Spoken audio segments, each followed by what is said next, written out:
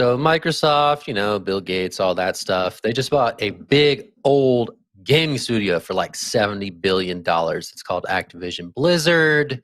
And there's some talk that this might have something to do with the metaverse. Now, Microsoft owns Xbox. They've been a big force in gaming for a long time. I don't know. I'm grumpy right now because I think there's just a huge degree of misunderstanding about what this metaverse thing is. Everything is being called metaverse. It means everything and nothing all at once. So we're seeing in Microsoft's announcement that this could be part of its building blocks for a metaverse play. But it may not be the metaverse that you crypto fans know and love. It may not be the open metaverse that is on a blockchain with assets that are easily tradable among players and things. It may be the Facebook vision of the metaverse. It may just be a rebranding of the word virtual reality from the 1990s. It may be any number of things. No one really wants to say what, but they do know that metaverse is buzzy right now, so they're just going to roll with it. All right. That's why I want to get off my chest, because I'm grumpy about this one. But it's very interesting to see this come to pass, especially with such a large number attached to it. So I'm going to toss it straight to Naomi for her thoughts on Microsoft and Activision. So a little interesting tidbit that Zach actually brought up before the show. So there was this article that was put out and New York Times actually changed the headline, which may give us some insight into how they're even thinking about metaverse. So they initially called this article, they said Microsoft will buy Activision Blizzard for nearly $70 billion, a big bet on the metaverse. They then switched that out and said a big bet on the next generation of the internet. So is even the New York Times getting sour on all of this metaverse talk, because it just seems to be everywhere? It is kind of this vacuous term that encompasses like everything we do on the internet. So it's interesting that they switched that out. I thought that was a really good find there, Zach. But I don't know. I think all of this stuff, like we can call it metaverse, or we can call it virtual reality, we can call it internet or whatever. I think that the trend that we need to just realize is it's becoming more and more a part of our everyday lives. We are being engrossed in this world. We are completely immersed in this digital landscape these days. And that's kind of what metaverse is encompassing. And I think that right now, I mean, even when you talk about the difference between like the Facebook version, the Microsoft version versus the one that the crypto proponents want, which is an open world where, assets are freely tradable on the open market, transferable, not within like walled silos. Even that vision that we have, it's not even close to being a reality right now. We have to understand where even those efforts stand at the moment, which is at the super early stages. Like they're almost indistinguishable from the Facebooks and the Microsofts and all of those metaverses that centralized companies are creating. And Moxie Marlinspike, the former CEO of Signal, or current, kind of switching over the course of the next month, he wrote this great article talking about Web3, how decentralized it actually is, how decentralized NFTs really are, how decentralized your MetaMask wallet is. Like all of these things that we integrate in part of our daily lives and we think gives us sovereignty over our money and control over our assets.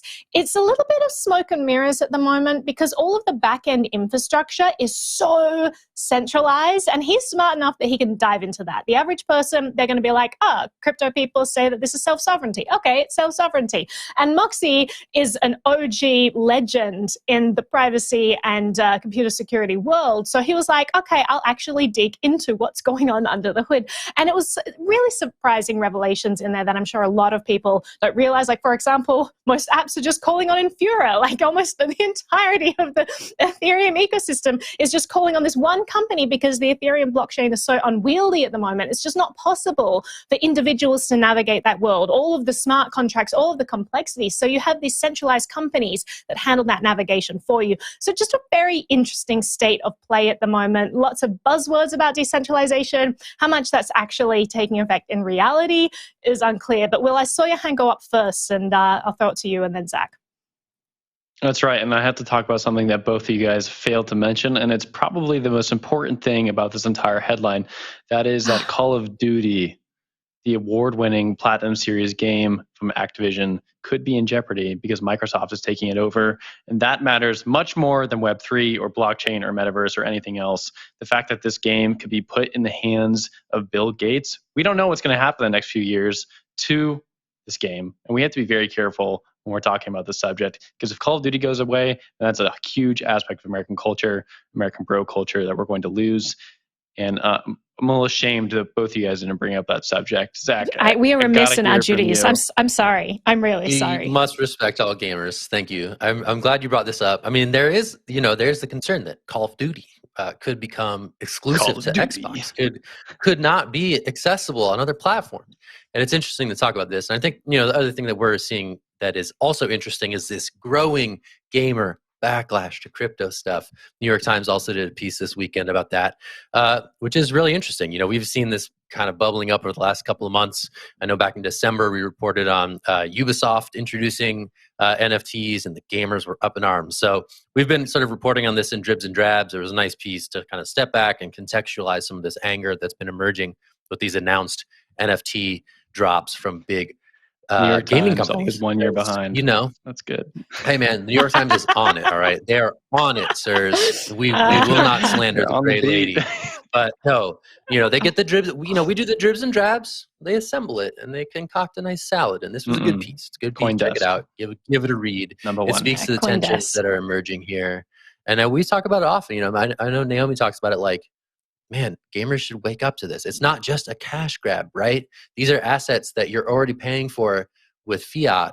Maybe if they were recorded to a blockchain and they were transferable in other marketplaces, they would actually be of service and of value to you. But instead, they just live in the game. They go away at the end of that year, and then you buy them again for NBA, 2K, whatever, and you're back to zero. So anyway, a lot of interesting tension going on in the gaming space. A lot of interesting developments going on in the gaming space. We'll be here to talk about it. I want to throw this to Naomi because it is interesting to see it's interesting pieces about the phenomenon start to emerge.